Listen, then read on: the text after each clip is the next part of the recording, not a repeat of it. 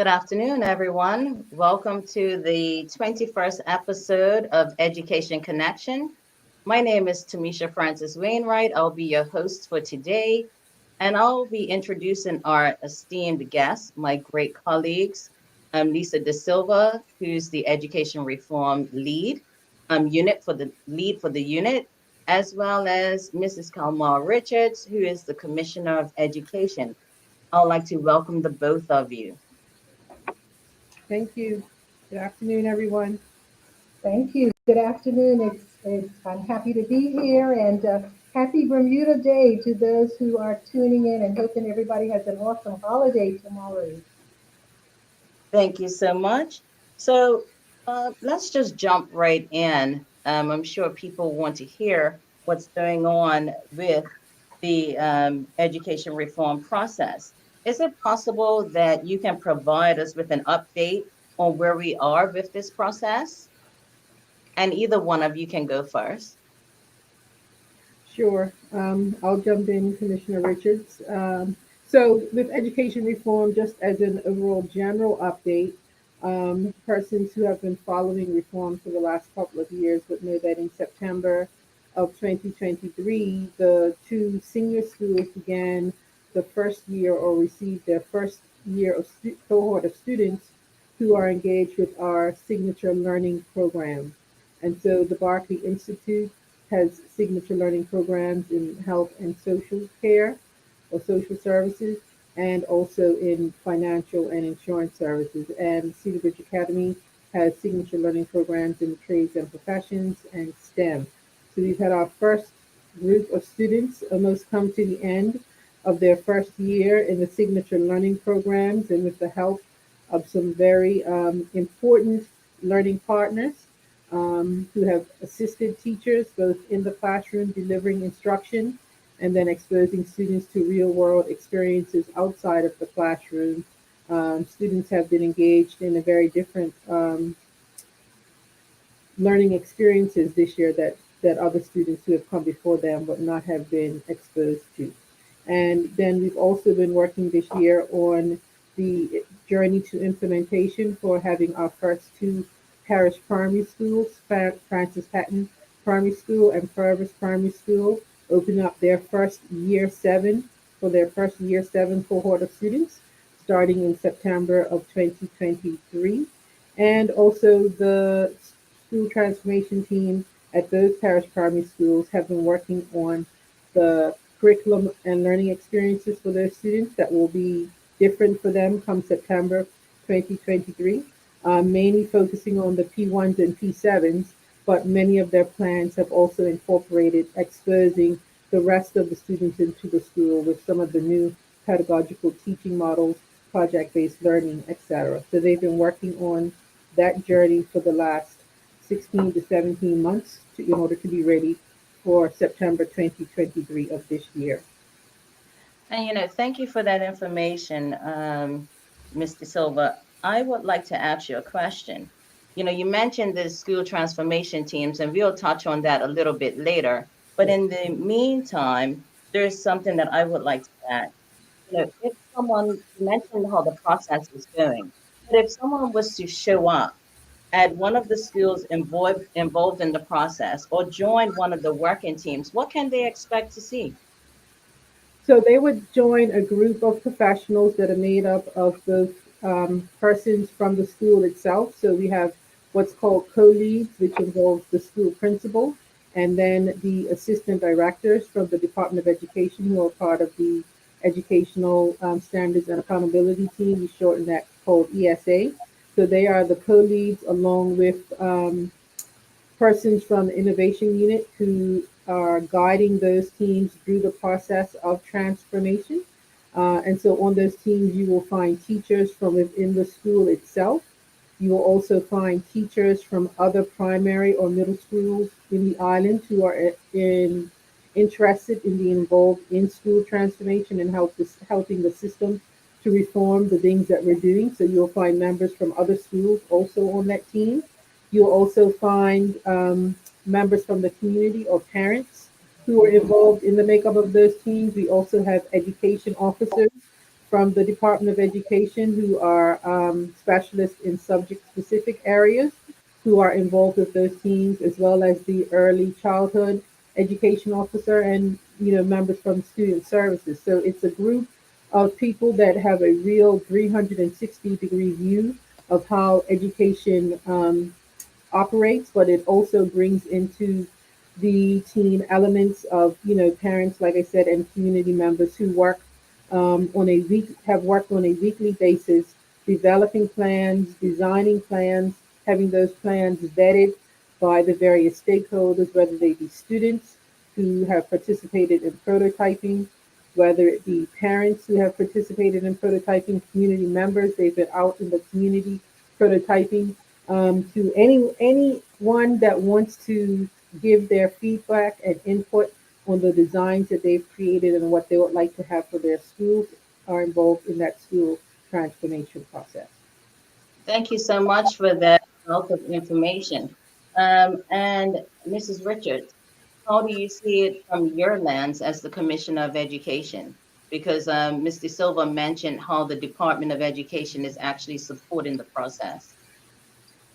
Thank you, Mrs. Francis Wainwright. So the department's key responsibility is to support the work of the teams who are falling under the Education Reform Unit, as well as the school transformation teams. And Mr. Silva talked about having the assistant directors involved. They are actually co-leading with the principals, which is really an exciting journey for them.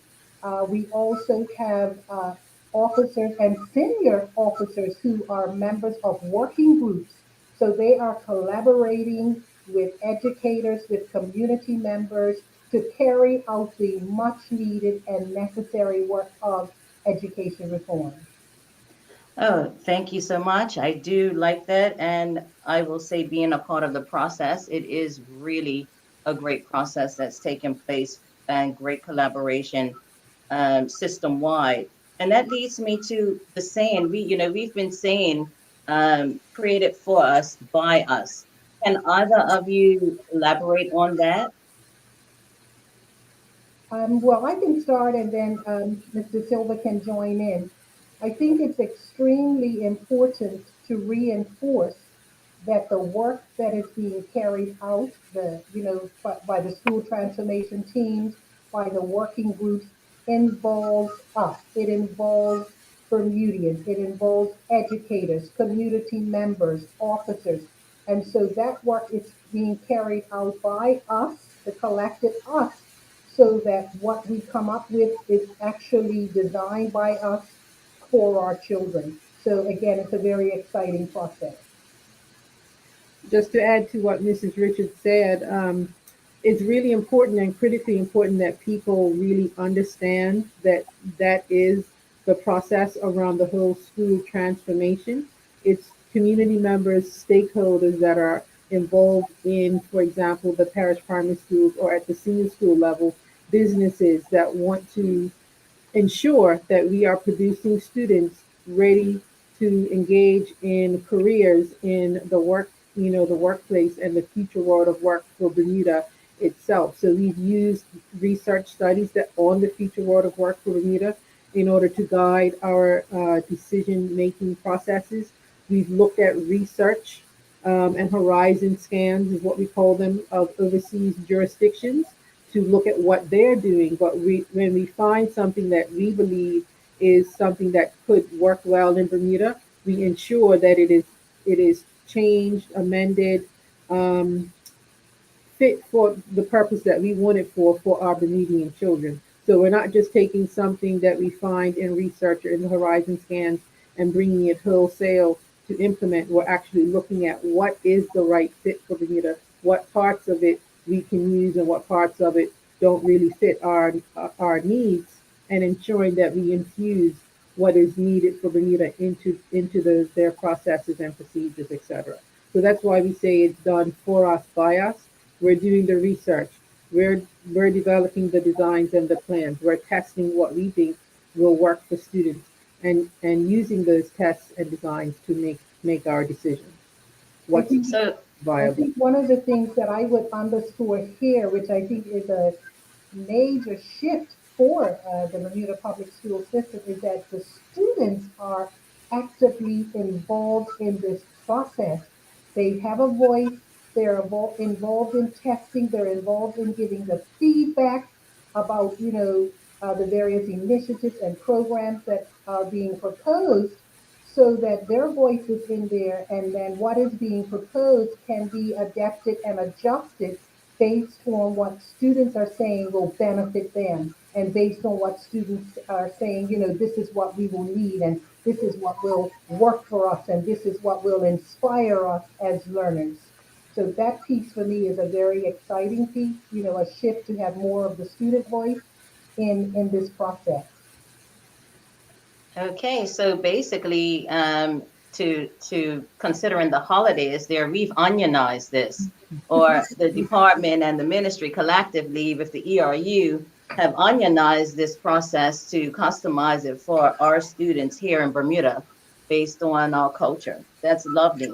So you mentioned the STT. I have a few questions regarding that. Is the process still open? What kinds of people are you looking for? Like, who are you looking for to join these teams? And do they need an educational background? Sure. So I can elaborate on that. So we did have a process that have what's called expressions of interest. So we wanted people to express an interest in joining a school transformation team. The expression of interest window did close, but it is likely because we will need more persons for that window to be opened back up within the next couple of weeks so that we can have even more people who are interested to submit expressions of interest. We are looking for people who exhibit some of these qualities. One of them would be that they are a professional learner, someone who has a passion for change, someone who's open to working and learning with others in new ways, because the way that these teams work is different from any way that we've worked in teams before. So someone who's a professional learner, someone who wants to change, who's willing to change and can work with people in new ways of thinking. Someone who's also a design thinker, someone who's creative in their thinking, who's able so that we can maximize the kind of potential in people and the ideas that they bring to the table, because we want to make sure that we have as many ideas as possible.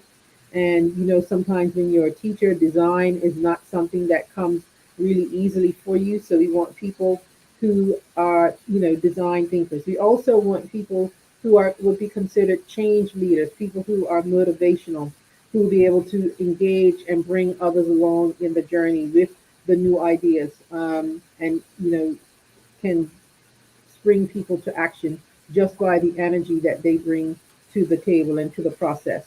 We want people who are considered to be movement builders, who can inspire others to make connections with different people, different organizations, different alliances, because their experience and background brings that to the table. So we're looking at really a plethora of different kinds of personalities, different skill sets, different passions and interests that people have just in their regular everyday lives to come to the table to help shape what it is that we want for the future of education in Bermuda.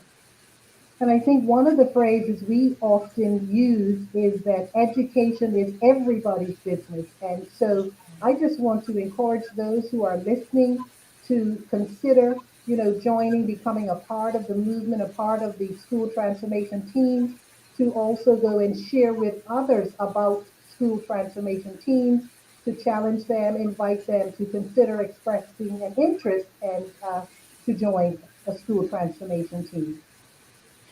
So this is great. Basically, we want any and everyone who feels that they have something to offer. Yeah. And it could be as small as large.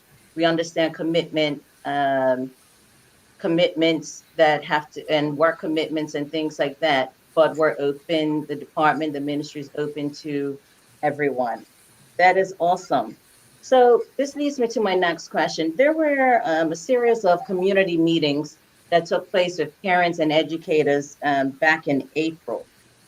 What has been some of the feedback that you've received from that? And has any of it surprised you? Were you surprised by some of the feedback? Where have any changes been made as a result of that? Sure, I can go first with this one, Commissioner, and then you can add anything that I leave out. So we're actually still in the process of writing responses to the 700 questions that were generated from those meetings. The feedback varies depending on how parents and staff are impacted by the transition plans proposed. So we've managed to divide the questions into 25 different categories. Those categories include things like staffing, like registration, transportation, questions about the signature learning programs, questions about buildings and infrastructure, questions about parish primary schools, middle schools, questions from schools in the eastern end of the island and the western end of the island because their issues are very, very different.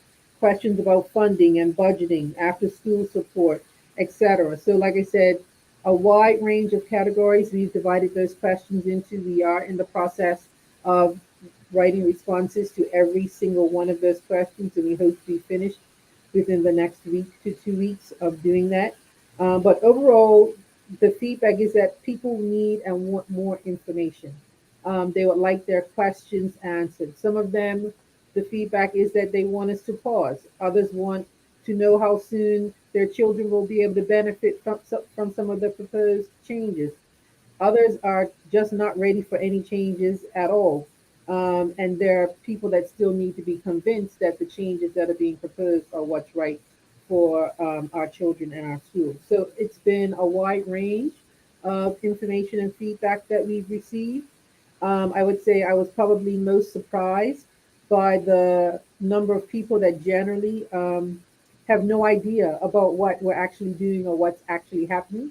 Because I Wow. thought, education reform has been happening for 3 years now. And so I was surprised by the number of people that really haven't been engaged in what's going on with education just generally. And I would say, have there been any changes that's come out of the questions? Most definitely. One of the biggest changes, I would say, is the decision not to move the Eastern Parish students to Whitney.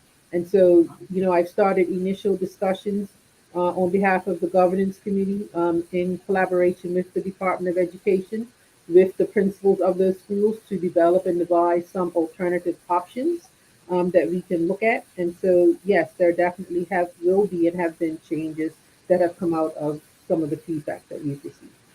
I'm sure the East End community were happy with that decision because, that was a challenge for them.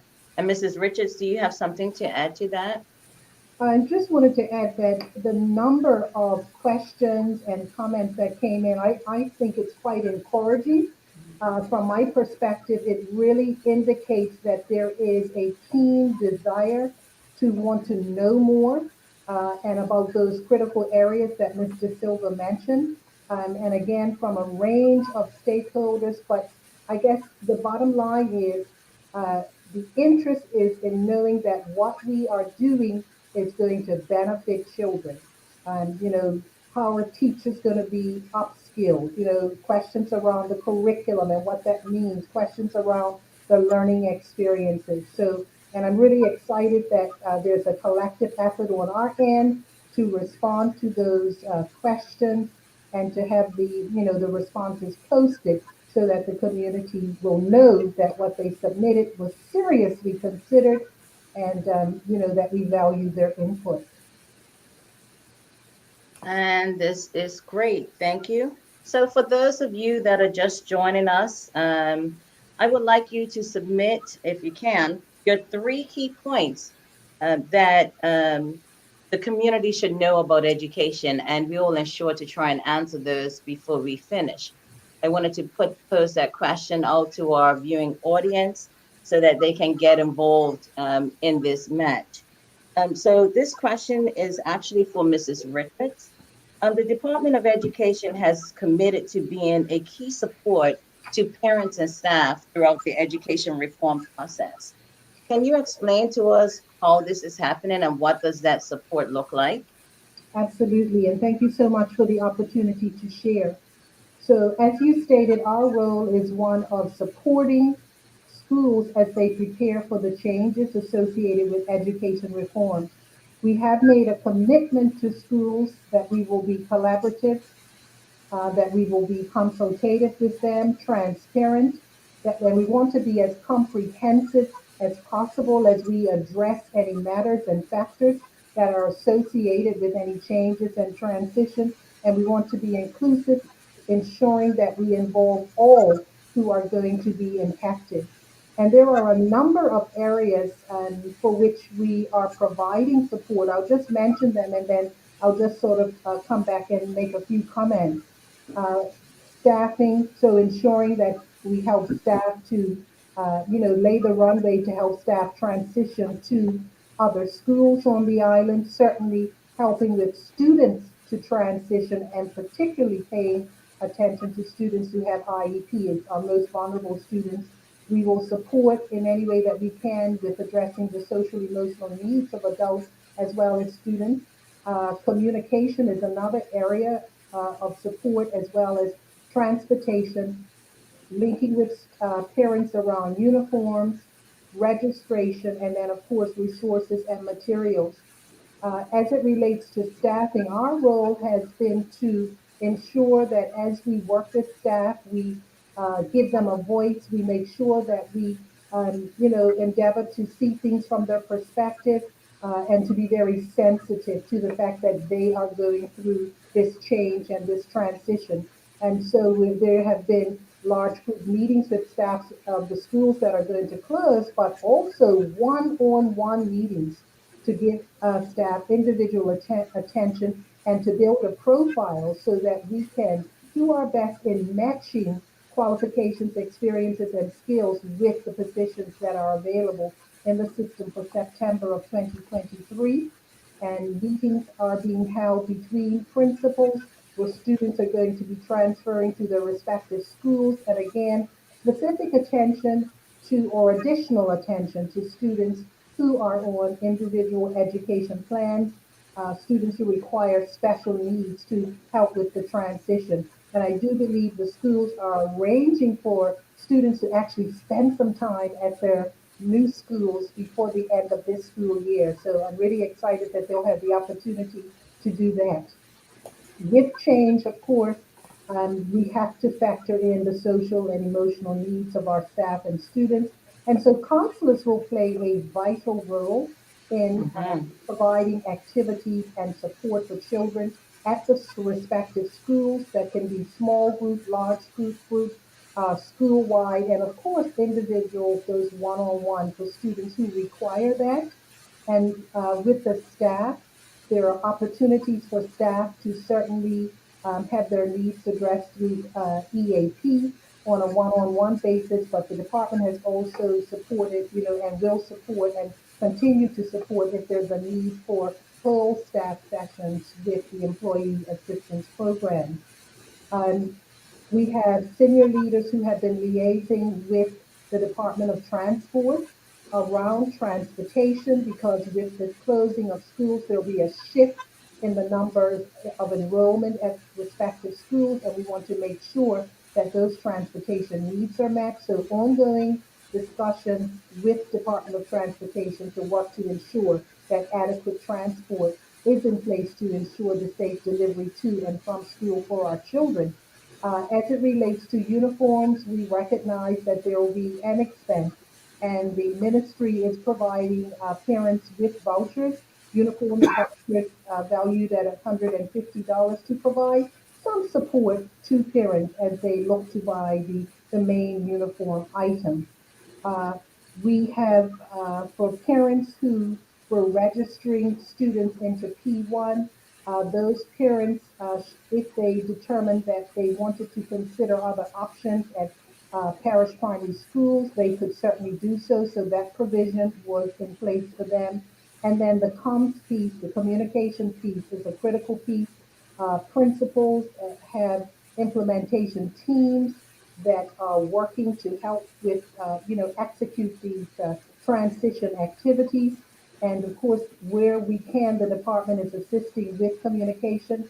I did send an update letter out to the parents of Parent Bay and Clear, or via the school, sent a letter to the parents of Parent Bay and Clearwater Middle School yesterday just to give them an update and to keep those lines of communication open. We were really, we did have a Google form that was set up so that we could receive ongoing feedback from parents around all of these areas. And we did, what we could to factor in their feedback at the department level in terms of the activities and actions we had to take, and then principals and implementation teams are factoring in parent and staff feedback at their respective levels. Wow, thank you so much, Mrs. Richards. That was quite a bit. So some of this information was so key that it may be reiterated more specifically. Sure. And, when you mentioned some of the closures and how the Department of Education are supporting the students and the parents, I would like to know that, with the first two closing in June 20 of 23, which will be Clearwater Middle School and the Heron Bay Primary School, how has this closing process been for those students and staff thus far? Well, I think that the principals are probably can speak more specifically, but we have received feedback that they have appreciated the process that has and the activities that are taking place. And again, our officers have been meeting with parents, large groups, small groups of parents, meeting with staff, as a staff, one-on-one. So we've received positive feedback about the process that is underway. We do recognize, that it is quite an emotional time for staff and students and parents as their beloved schools prepare to close. And, again, there are specific activities that the school implementation teams will have in place to, just to address those matters as it relates to our parents and our students. The schools are also planning their school leaving ceremonies, but we can expect, and I don't want to reveal too much at this time, but we can expect that they'll be a bit different because, you're not just having your P6 or your M3 students who are leaving, but it's all students who are leaving. And so schools will be doing some special things as they prepare to close as it relates to students. And the other thing that they are doing is actually having events where they're inviting or will be inviting alumni to come to those events, Lovely. to reflect on, the value and worth of the schools. And we do want to understand that, to come and reflect and to celebrate about the schools and the school and the contributions that they have made to the lives of individuals and the communities in, which they rest. So I think there are going to be some awesome activities that are going to take place, even though it is a sad time for, staff, students, and parents as the schools prepare to close. And when you mention bringing back the alumni, it brings me to the question about the history, the history and legacy of these schools where many in our community for generations have been connected to the neighborhood primary school at Heron Bay. I know that's strong for the Southampton community. And when you think about Clearwater, although it moved from St. George's Secondary to Clearwater Middle, it's still been ingrained into the East End community, especially St. David's. So what is being planned to celebrate these schools, the schools' history and legacy, and to preserve that somewhere that we can probably go back and look at it? What's going on with that? So I can say that the teams are planning specific activities, and I don't want to preempt them. I think they're going to be sending out invites. In fact, I think an invite went out from Clearwater today about an alumni activity and event. And so again, the school community and the wider community can certainly expect to hear a bit more about what the schools are going to do as it relates to history and legacy. And I'm really looking forward to hearing a bit more from our school leaders in terms of what those events will look like. I think alumni will appreciate it, and I think it's so important to preserve the history of our schools, to focus on the legacies that the schools have established. And, bringing alumni, what it does, it enables our young people to connect, to hear their stories, to hear about the value and the worth of the school. So I think I can just imagine how impactful those events are going to be for our young people, but even for everyone, to have the opportunity to share what the school meant to you and the foundation that it laid and what it enabled you to do. I think it's going to be quite powerful. That sounds very exciting. And one more question, just a follow up to the overall process. Has there been any significant impact as a result of the closures announced, as a part of our overall education reform plan?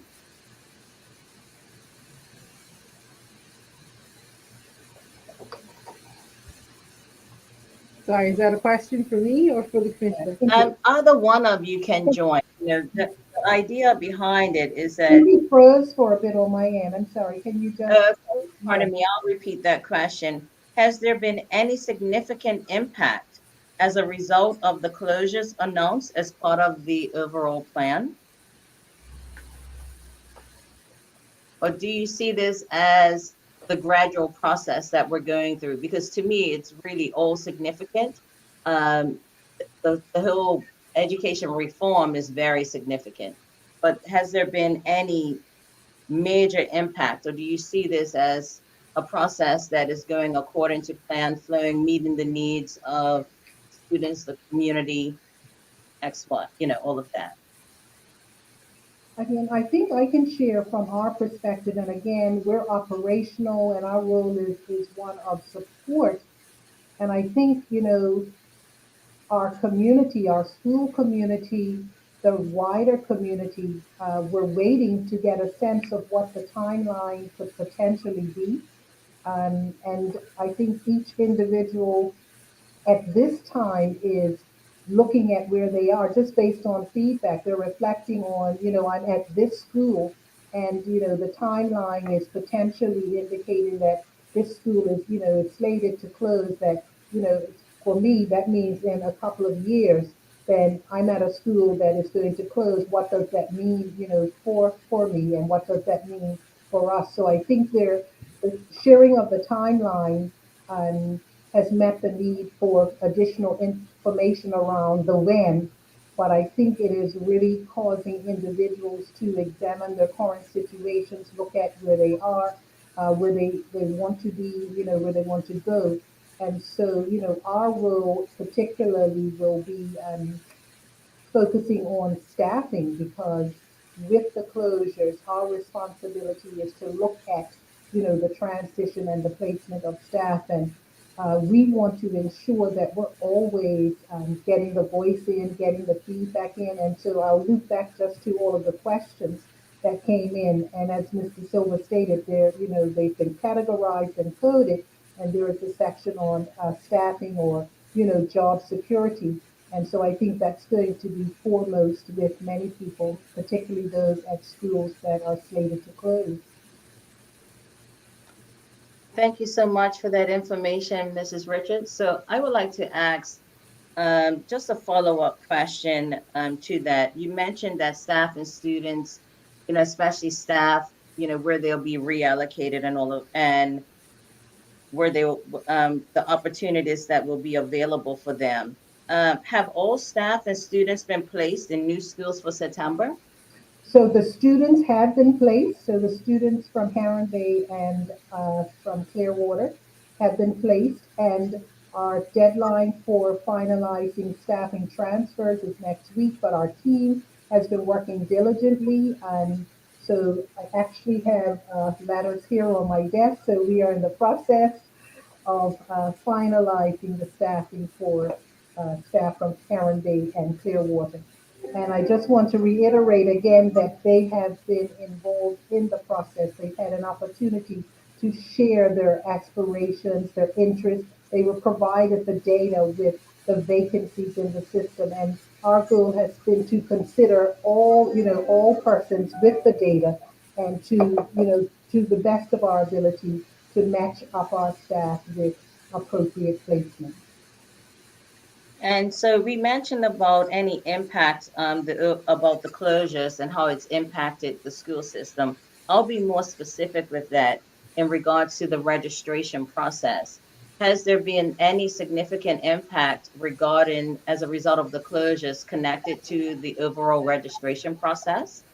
So I've had an opportunity to have preliminary discussions with Ms. Eve, who indicated that she is actually still in the process of reviewing and analyzing the data. And so we've had just recently in April the middle and senior registration, and what we I'm sorry, my phone keeps ringing. I'm going to take this off. So we've had middle and senior registration, and the letters for senior school placement went out yesterday. Um, the middle letters for the students for middle schools will go out next week. The data around parents accepting or declining their placement at the primary school is still being reviewed, and I expect to actually be having conversations with Ms. Lee, our attendance and registration coordinator, around that early next week. Thank you so much. And what if a parent hasn't received their chosen school? Can you advise them on that? And also, what about parents who may have missed the deadline? What should they do? Okay, so parents may have applied, they would have indicated their first choice and second choice, etc. So if they did not get their first choice, then they would have received a letter indicating, that they had their second choice, etc. Parents can be waitlisted at schools. And again, Ms. Jacqueline Eve, our attendance and registration coordinator, is the one who can give them specific details and information around their scenarios. And so we would advise our parents to contact Ms. Eve. And what was the second question, Ms. Francis? The follow-up to that was, what if a parent missed the deadline? What should they do about that? And again, there is an opportunity because the registration process is an online process, the parent can still apply. So that's great that the link is still live and open. I'm welcoming the public to submit any questions, and we'll share some answers with you. I know everyone's out there getting ready for the 24th of May holiday. So if you don't have any questions right now and you view our broadcast a bit later, please submit those questions, and we will definitely ensure that you receive the answers. And as we're winding down, I just want to direct this to Miss Lisa De Silva. Mr. Silva, you've been in the public school system as a teacher, a principal, an AD, assistant director, and you're currently working as the lead for the education reform unit. Quite a resume. And Yes. so what are some of the highlights of the education reform process for you? And what do you hope to see in the next phase of the work? Sure. I would say the highlights for me is definitely the involvement of teachers and students, their voices in the process. We very often in the past have made changes in education. And, people will say that it's been done to them. And so I think this process for me is having them involved in every stage and phase of it, having their voices be a part of what they believe is in the best interest of not only themselves, but in their students and in the future of Bermuda. So I would say definitely one of the highlights for me would be the involvement of teachers and of students in the process. And it's been wonderful to see the growth and learning in them as a result of it. I'm also happy about the opportunities that our students are now being exposed to with the involvement of our learning partners and partners out in the community who are willing to open up not only their doors to our students to have them engage in real world learning experiences, but are also working and collaborating with our teachers to expose them to the most current and relevant information for them to share learning experiences with their students within the classroom itself. I'm really excited about the innovative ideas that, in particular, the parish primary school level this school year, and watching how those school transformation teams have worked, the advocacy that they have for what is right for their school community and for their students has been a wonderful to see and engage in, and they're showing a lot of passion and commitment to what they want the future of schooling and the future of our students to look, feel, and sound like.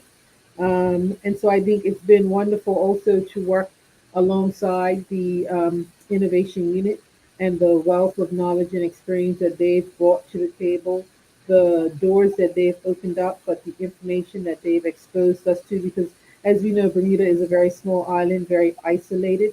And so it's very difficult for us to sometimes know what's going on in other parts of the world around the latest in education innovation.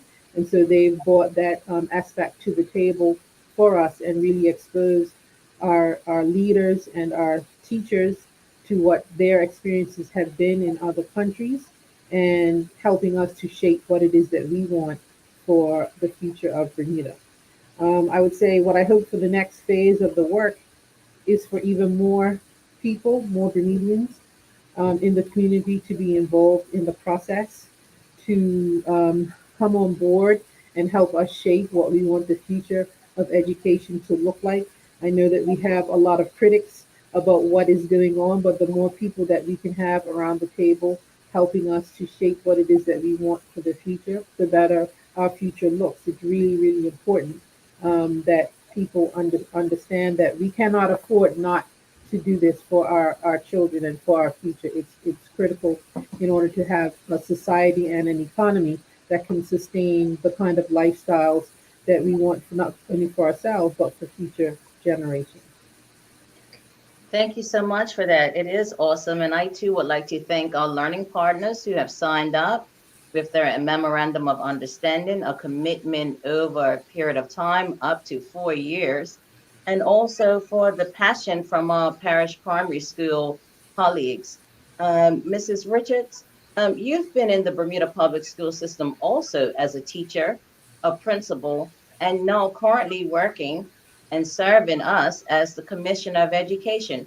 What have been some of the highlights of this process for you? I think I'd start by saying that the process definitely focuses on children, and children are kept to the fore no matter which aspect of the process is being carried out. And that's extremely important because schools exist for children, and we have to ensure that whatever we are doing is for children. It's in the best interest of children. It's to set children up for success and to have a positive impact on their quality of life. I ditto what Mr. Silva said around highlights around the involvement of the various stakeholder groups, the research piece around the horizon scanning, looking for the best of what is taking place around the world, and then taking that and bringing that information back and then consolidating it and adapting it, to the local environment. And I too want to thank the learning partners for their commitment to our schools to provide our children with those firsthand experiences, which really turn learning right into life. And so, their role, I think, is going to just really do a lot for our young people.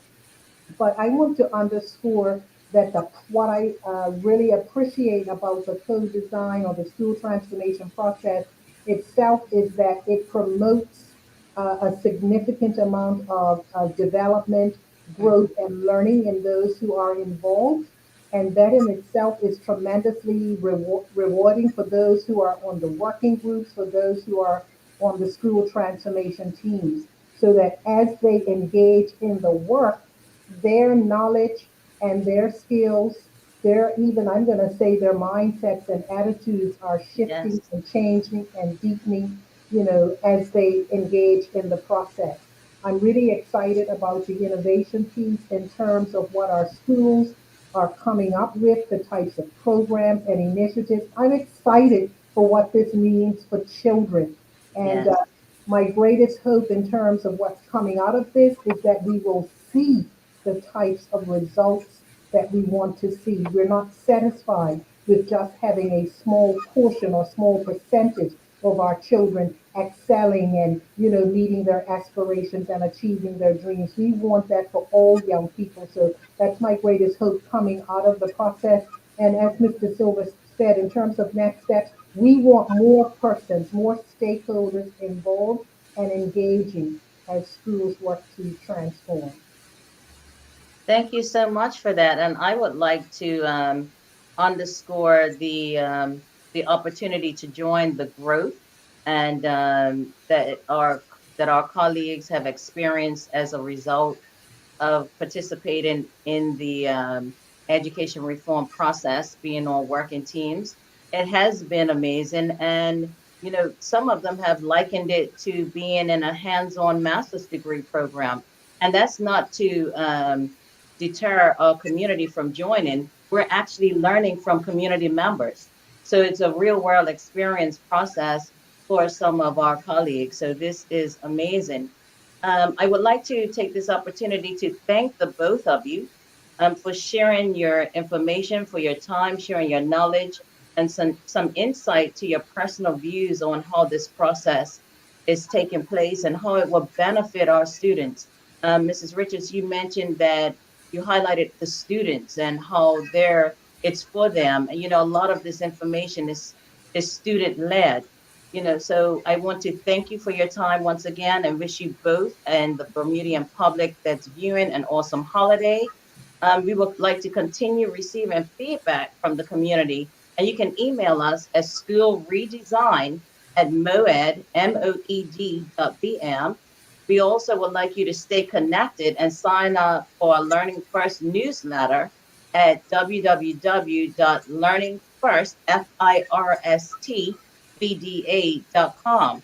And also, there's a lot of people out there on social media. Please follow us on Facebook, Twitter, Insta, at MOED Bermuda and at Learning First Bermuda. And please like our stuff. I'm going to ask you to see it and like it and send some comments. Once again, thank you, everyone. Thank you to our guest, Mr. Silva, who's head of the Education Reform Unit, and Mrs. Kelmore Richards, who is our Commissioner of Education. Thank you again, and thank all of you for tuning in. Thank you. Thank you for Thank having you, me. Francis Wainwright.